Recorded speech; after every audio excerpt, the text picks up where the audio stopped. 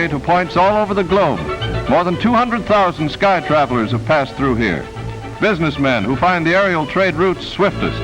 Pleasure travelers in search of all the color and romance of faraway places. All come to travel in the swift, sure comfort of the giant flying clipper ships.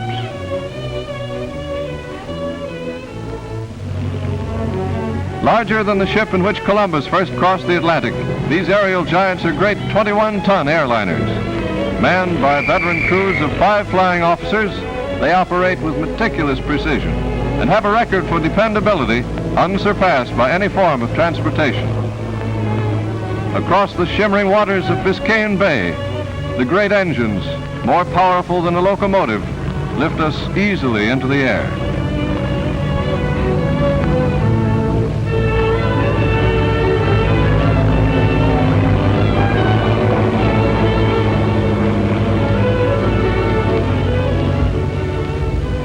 In a moment, we glance down to see the terminal base passing below.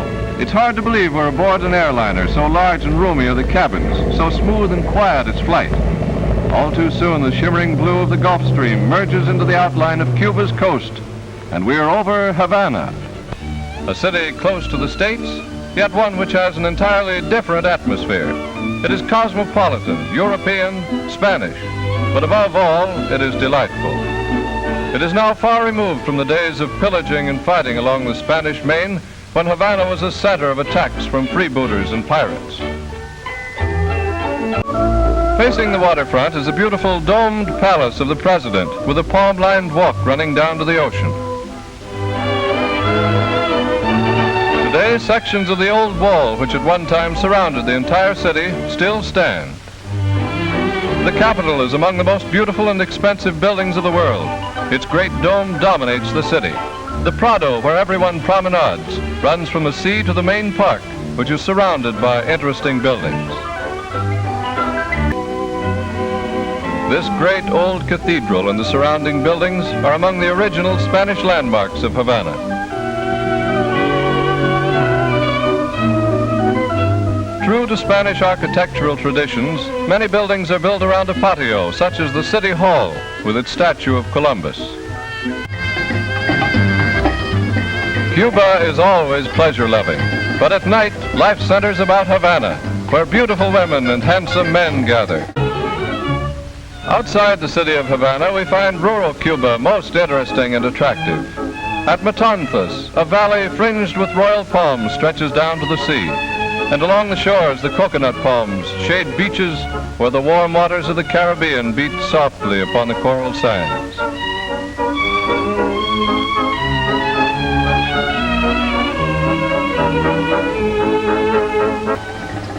Cuba is really a land of everlasting summer, and its extensive beaches are crowded the year round.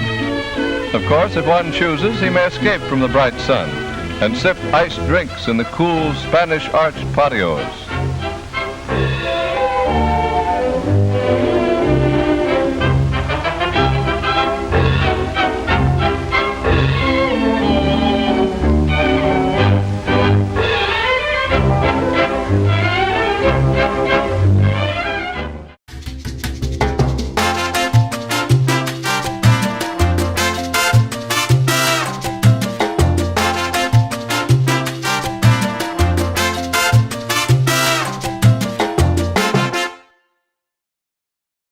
The first prize of the Spanish conquistadors was the pearl of the Antilles, the Cuba of today. Bright, gay, intriguing. Cristóbal Colón soñaba con tesoros y maravillas, y así llegó a descubrir la perla de las Antillas. Cristóbal Colón soñaba con tesoros y maravillas, y así llegó a descubrir la perla de las Antillas. Cristóbal Colón soñaba con tesoros y maravillas, y así llegó a descubrir la perla de las Antillas.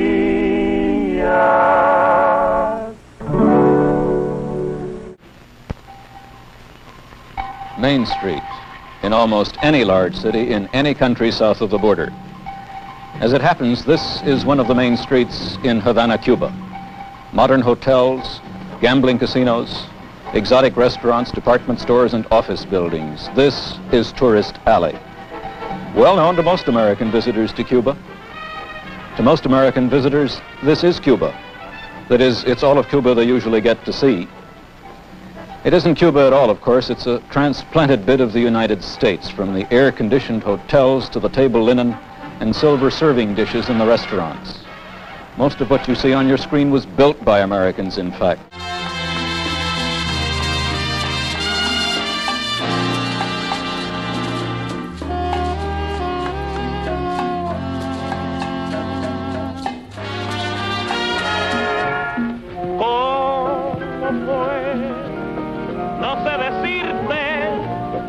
¿Cómo fue? No sé explicarme qué pasó,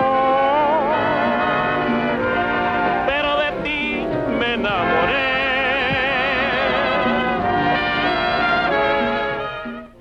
Oh yes, I dream of the home I was born in.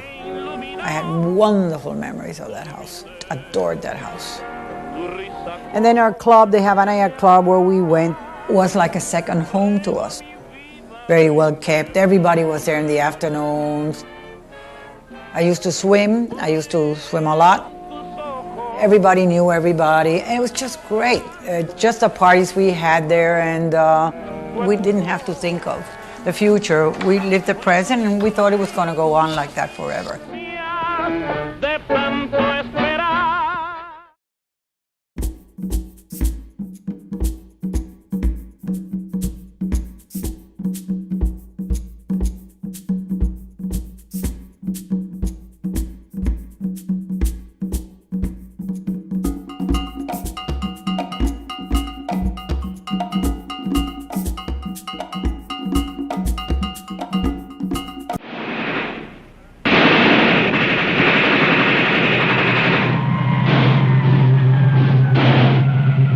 When this happened, we were all so confused and stunned more than anything else.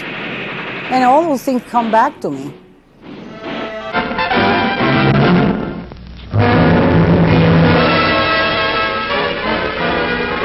From his stronghold in the wild Sierra Maestre Mountains, Cuba's Fidel Castro emerged triumphant after 2 years of guerrilla warfare against the Batista regime.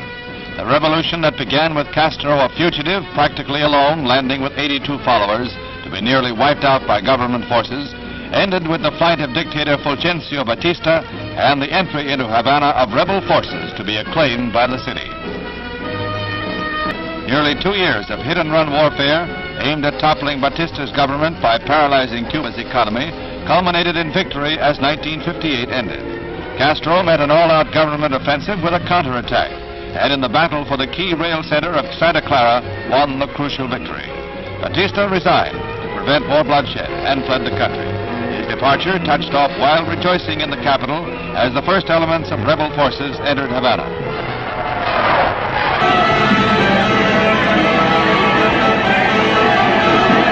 A new leader is on the scene, Fidel Castro, in many ways an unknown quantity in his politics and policies, but certain to be dominant in Cuba's new era, just begun.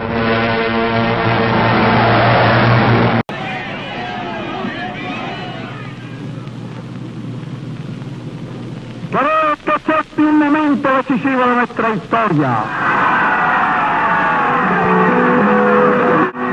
I was not for Fidel, I didn't care for Fidel, but that speech sort of moved me. I thought he was sincere, that he really loved his country. Maybe he wasn't going to do the things the way I would have liked it in a different, whatever, but it doesn't matter. I'm not a leader and I'm not a politician.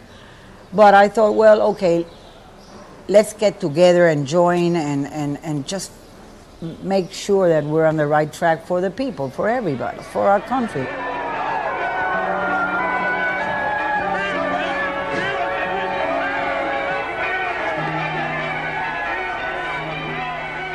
So I was very excited, and I thought, well, whatever I have to do, I don't care. If it's sharing land or sharing whatever, let's do it. What do we care? After all, we only need a certain amount of things. En el minuto glorioso de la victoria. When they told us that Fidel was coming, I immediately ran, and I must admit I was excited. I had a new Italian dress that I would knitted, beautiful, a knockout, and stripes and everything, and I thought, I'm going to wear this. And so I went next door to meet him, full of hope and real excitement. And he was, I have to admit, very charming, like, you know, he is. He's a leader. And I just wanted to say to him, I'll work with you. I'll be part of one more Cuban that will, you know, not fight you, but work with you. And I've changed.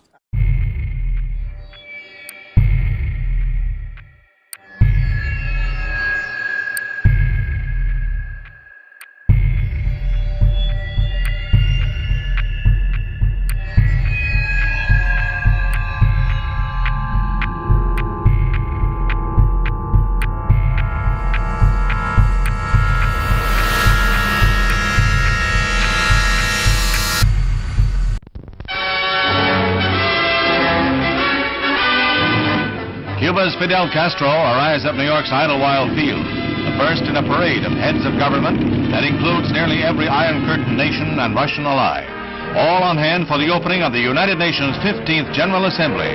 Surrounded by a heavy security guard, Castro appears subdued. Unlike the 3 or 4 hour orations he delivers in Havana broadcasts, his arrival speech is only a few words.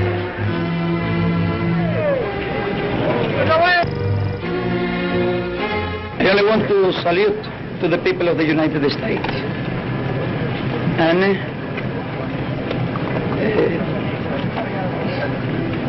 I don't want to do, my English is the same like the other time. About the other things that I want to tell, I wish that you wait to the General Assembly of the United Nations. Thank you very much. The Russian liner on which Mr. K sailed with the heads of 5 satellite states arrived on a dank and foggy morning.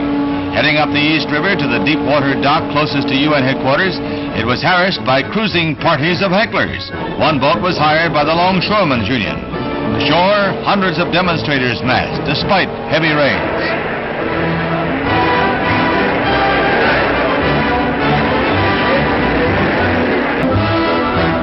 Mr. K's brazen visit to these shores on his own invitation promises to make a General Assembly session, already momentous on the Congo issue, into a potentially explosive or potentially historic international meeting.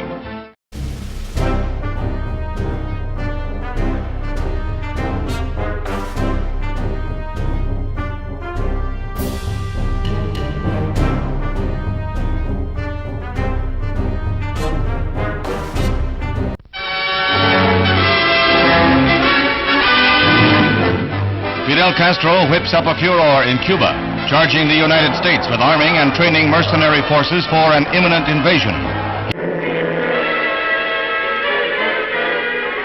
The assault has begun on the dictatorship of Fidel Castro. Cuban Army pilots opened the first phase of organized revolt with bombing raids on 3 military bases. 2 of the B-26 light bombers then seek asylum in Florida. On the heels of the air raids, landings were effected by rebels at several places on the Cuban coast, and the rebellion against the red-tinged dictator was on, with the refugee pilot claiming a full-scale army revolt near. At the United Nations, Cuban Foreign Minister Roa accused the United States of unleashing a war of invasion. Roa says the invading soldiers trained in Florida, but Ambassador Stevenson makes a quick denial.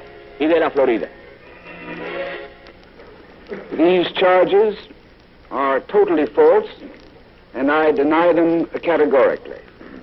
The United States has committed no aggression against Cuba, and no offensive has been launched from Florida or from any other part of the United States. In Cuba itself, the people have been exhorted by Castro to push back the invader, and 300,000 militiamen have been mobilized. The invasion was successful in its early hours, with Castro, of course, blaming the U.S. Is it the first chink in his armor?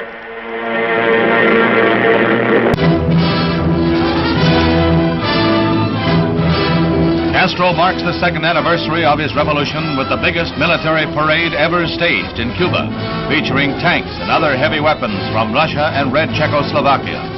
Shortly afterwards, Castro demanded the United States Embassy drastically reduce its staff to 11 persons. It was the last straw in his long campaign of provocation and harassment.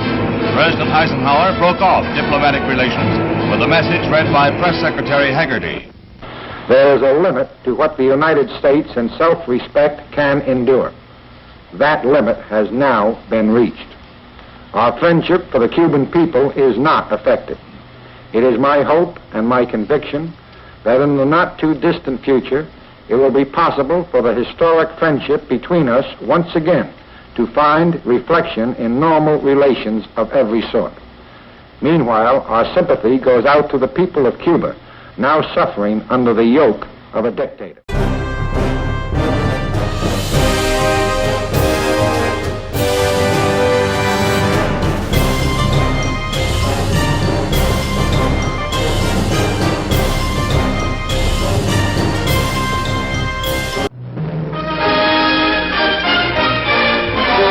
We now know that the Soviet Union, not content with Dr. Castro's oath of fealty, not content with the destruction of Cuban independence, not content with the extension of Soviet power into the Western Hemisphere, not content with a challenge to the inter-American system and to the United Nations Charter, has decided to transform Cuba into a base for communist aggression, into a base for putting all of the Americas under the nuclear gun, and thereby to intensify the Soviet diplomacy of blackmail in every part of the world.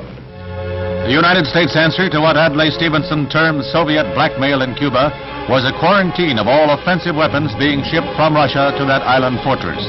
The U.S. threw up a steel fence prepared to stop any vessel carrying materials of war. In Cuba itself, 100,000 men were put under emergency orders as they had been during past invasion scares. The waterfront in Havana and along other parts of the coast bristled with gun emplacements as the Cuban regime waited to see what their bosses in the Kremlin were to do. Cuba became the focus of world attention. Here centered the most critical threat of global war since the surrender of Germany 17 years ago. The United States arrived at the decision for an arms blockade after studying reconnaissance photographs made with high-powered cameras from planes flying several miles from the Cuban coast. Suddenly, the veil is torn from the Russian secrets. To suggestions that a UN team inspect missile sites, Castro said that they had better come ready for combat. He went on to call President Kennedy a pirate for setting up the quarantine. In the greatest display of hemisphere solidarity since World War II, the Organization of American States unanimously endorses the actions of the United States, and many pledge arms and men to the cause. The vote is 20-0, with Cuba absent, commending the U.S. for its efforts to bring about the dismantling of the missile bases. The organization votes the use of armed force to carry out the resolution sponsored by Secretary of State Dean Rusk, thus uniting all of the Americas in a common cause. The United States went to the UN Security Council for a resolution calling for a withdrawal of all offensive weapons from Cuba. A delegation from the island heard adjutant call on both sides for a 3-week freeze, but the Secretary General was told that President Kennedy wants the missiles scrapped first. Valerian A. Zorin's boss, Khrushchev, proposed that the U.S. withdraw its vessels and he would stop shipments. President Kennedy's missile scrapping demand was his reply. The U.S. resolution was firm and strongly worded. Mr. President, I am submitting today a resolution to the Security Council designed to find a way out of this calamitous situation. This resolution calls, as an interim measure under Article 40 of the Charter, for the immediate dismantling and withdrawal from Cuba of all missile and other offensive weapons. It further authorizes and requests the Acting Secretary General to dispatch to Cuba a United Nations Observer Corps to assure and report on compliance with this resolution. Upon UN certification of compliance, it calls for the termination of the measures of quarantine against military shipments to Cuba. And in conclusion, it urgently recommends that the United States and the Soviet Union confer promptly on measures to remove the existing threat to the security of the Western Hemisphere and the peace of the world.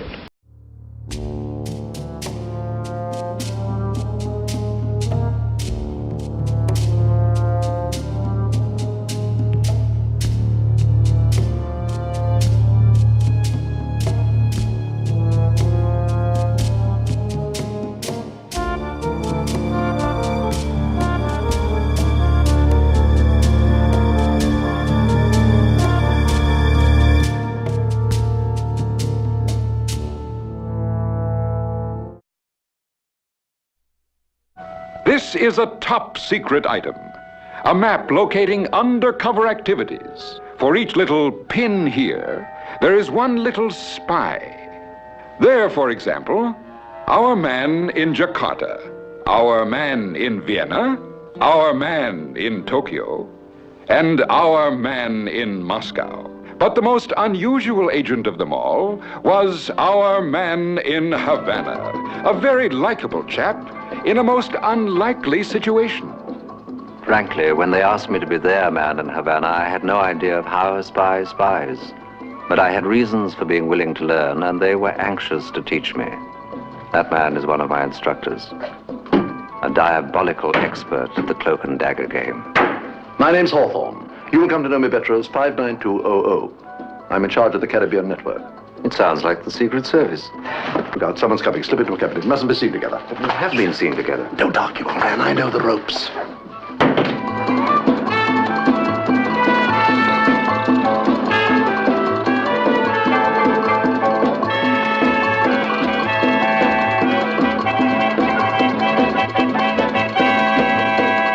Starring Alec Guinness, forced by accidents and design to become our man in Havana. You again! Burl Ives, caught up in the make-believe. Maureen O'Hara as a security secretary covering for our man in Havana. Ernie Kovacs, alias the Red Vulture. Oh, I'm terribly sorry. I meant it for my whiskey. This is the first time I've been shot in the back. I'm glad it was my woman. Noel Coward, he placed our man in Havana, placed him on the spot. Ralph Richardson, chief of security. Joe Morrow, our man in Havana's problem child. I think we've got the Caribbean network sewn up. Just put me in the picture. I think you'll find the West Indies over here, sir. I always mix up the East and the West Indies. Every time Carol Reed makes a picture, everyone looks forward to something special in screen entertainment. Every time Graham Greene writes a story, everyone expects out-of-the-ordinary excitement and suspense. Now this team, so famous for The Third Man, has come to Cuba, one of the world's headline danger spots, to film Our Man in Havana.